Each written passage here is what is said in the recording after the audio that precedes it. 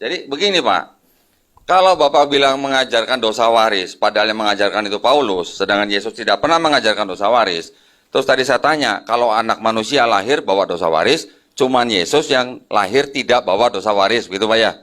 Terus Bapak tadi juga menyinggung-nyinggung bahwa sudah dinubuatkan bahwa Yesus memang harus mati untuk menebus dosa manusia. Ya. Begitu Pak ya. Itu kan menurut PL Pak ya. Pertanyaan saya, yang menulis PL ini Kristen atau bukan Pak? Silakan Pak. Kristen. Silakan. Kristen mana Pak yang nulis Tanakh Pak? Silakan. Tolong diulang. Tanakh. Ini Pak. Ya saya ngerti. Kalimatnya saya tidak dengar. Kristen mana yang menulis Tanakh ini Pak? Silakan Pak.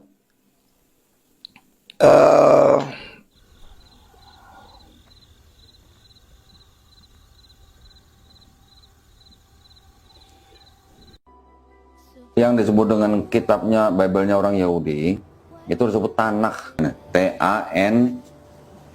T-A-N-A-C-H. Tanakh. Tanakh ini kumpulan kitab-kitab. Ini singkatan nih Tanakh nih. Singkatan apa? Torah, Nevi'im, Ketuvim. Torah itu yang 5 kitab Musa. Kejadian, Keluaran, Imamat, Bilangan, Ulangan.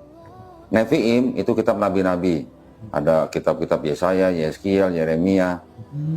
Ada Hagai, Habakuk, Maleaki. Ya. Ketuvim itu adalah tulisan-tulisan orang bijak, termasuk tulisan nabi itu sendiri.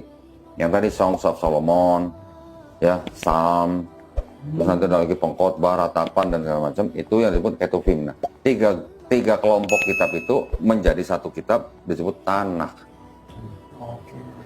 Kalau orang Yahudi ditanya, mereka bilang di kitab kami itu di belakang itu tidak ada tulisan bersambung gitu, nggak ada, tidak ada tulisan to be continued gitu, nggak ada. Ya.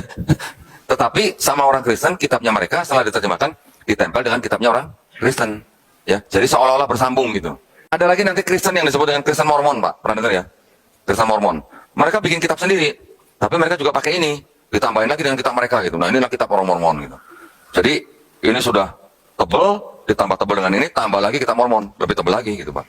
Ketika sebuah agama menggunakan kitab orang lain, kemudian menafsirkan dengan perspektifnya dia sendiri, yang berbeda dengan perspektif si pemilik kitab ini, akhirnya jadi bisa menimbulkan agama yang baru, gitu ya. Tetapi dibilang baru juga, konsepnya juga ternyata tidak baru sebenarnya.